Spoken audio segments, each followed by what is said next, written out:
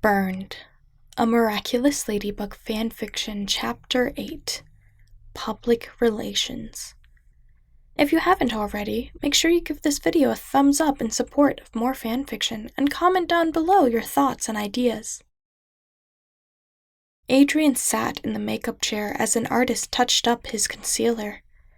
He had to get out of here soon, but his co-star kept messing up and they had to redo several shots. He hated pointing fingers, but he could tell she was doing it because she was a fan of his. Why else would she be leaning into his arm and pouting her lips? Chances were Ladybug would have to attend the press release for the children's hospital without him.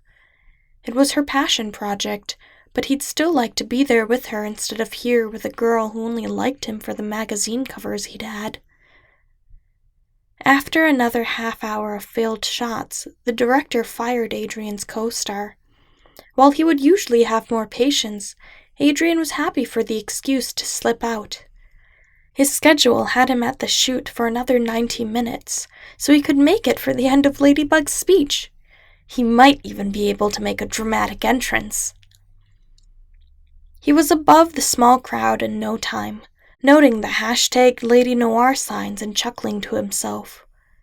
He looked on as Ladybug congratulated the hospital for reaching its goal, then turned and faced the crowd to thank them for their support. She looked like a natural leader, and she drew the eyes of strangers to her in a way that neither Adrian Agreste nor Cat Noir ever had. Ladybug was indeed someone to respect. He stayed perched from afar until after the meet and greet ended. Cat knew he should get going soon, but the reasons to stay were too tempting. Ladybug was here, and his home was a prison. Who wouldn't want to escape for love? It wasn't until she made her exit that he made his way over. "Hey, Bugaboo," Cat said, catching her off guard. "You did great back there." Ladybug whipped around, surprise.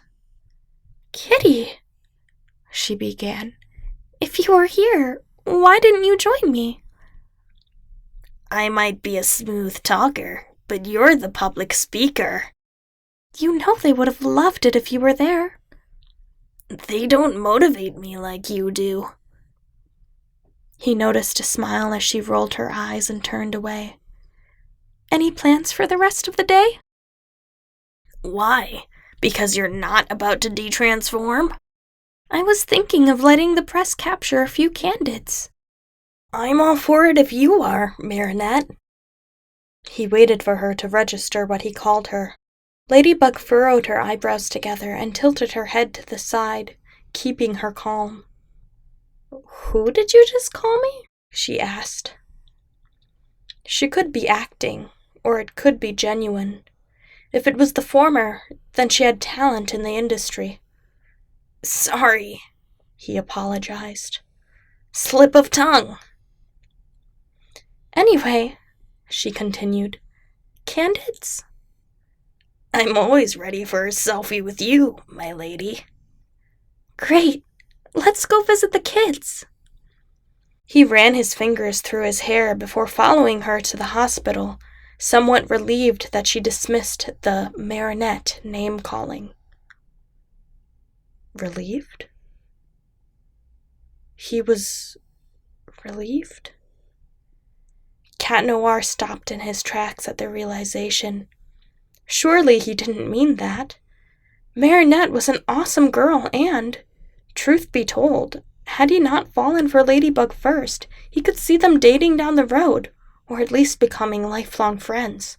That, and Marinette would make an excellent Ladybug. So why did it bug him that she might have been Ladybug? "Come on, Cat! Hurry up!" Ladybug's call broke him out of his thoughts, and he made his way over. They dropped down to the hospital's entrance and waved at the press as questions were directed at Cat Noir and why he wasn't at the press release. Once inside, they made their way up to the cancer wing to play cards with some chemo patients. The kids were excited to see them, of course, despite not knowing the superhero duo would be dropping in. "You know," Ladybug said, sitting down next to a girl wearing a black bandana. "Cat Noir and I played a game of solitaire together the other day." The room asked them questions about how it worked, and the duo exchanged a smile before answering. "Well," Cat Noir began, "at first it didn't work at all, until it did." After half an hour, Cat called it quits. His bodyguard would be picking Adrian up from the photo shoot soon if he wasn't there already. "Bye, little kittens," he said, giving the children a wink as he stepped into the elevator. To his surprise, Ladybug slipped in with him. "It's about time I bug out too," she said, waving at the disappointed audience. The doors closed in front of them, and Cat hit the first floor button, overly conscious that it was just him and her. "Was it really just a slip of the tongue?" Ladybug asked, breaking the sudden silence. "What was?" "Calling me Marinette." It did affect her. "I had my suspicions, that's all."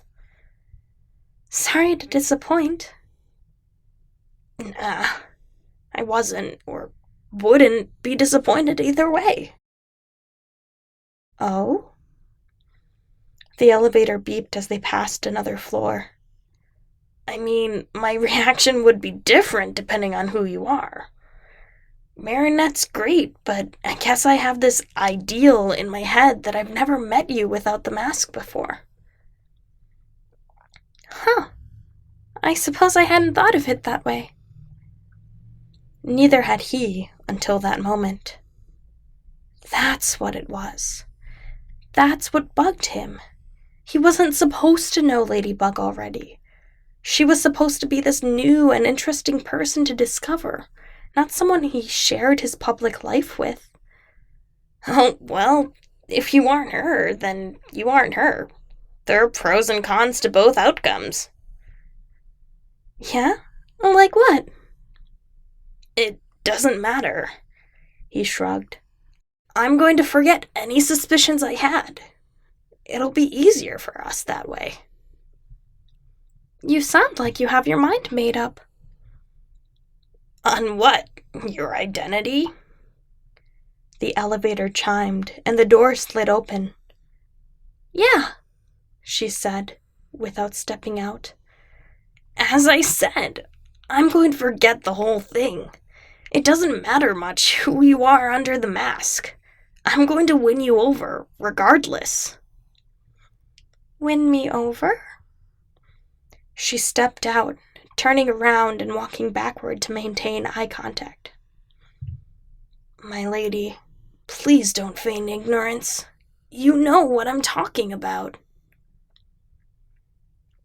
Her line of sight dropped like a kid who snuck extra dessert into her room.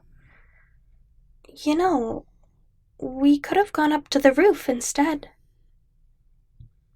Cat felt a stab in his heart as she changed the subject. "I suppose it doesn't matter how we part ways. I'll see you again soon, I'm sure." "It was a delight, as always." He heard the sound of a shutter as she walked away and realized their conversation was probably on record. Great. He could only imagine what the tabloids would say once the audio sold. An image was one thing, but depending on what parts the paparazzo got, Marinette might have some trouble her way. She was mentioned by name, after all. Should he turn around? Crush the camera and blackmail the person with the audio? He saw the cameraman leave out of the corner of his eye. Too late now. Following him would only cause a scene. It was time to head back home, and Marinette would be able to take care of herself if anything came of it. Until then, the Lady Noir shippers would get 3 days' worth of excitement, squabble, and discourse on Tumblr. Cat ignored the stares as he walked out instead of charming the city folk with his usual grin and waves. As good as the day was, He found himself emotionally constipated because of Ladybug. Again. She wasn't good for his heart. That's for sure. He detransformed in his bathroom and slid onto the piano bench to get some practicing done. As long as he stayed caught up on his responsibilities, Natalie wouldn't say anything to his father about the times where she couldn't quite pin him down. And so, with a deep sigh, Adrian Agreste continued on his day without bothering to check the news and what the gossip of the town said. And yet, it would be the gossip of the town that drove his schedule tomorrow. Thank you so much for listening. Part 9 is on its way. In the meantime, you can check out these other videos for more fanfiction. I'll catch you next time.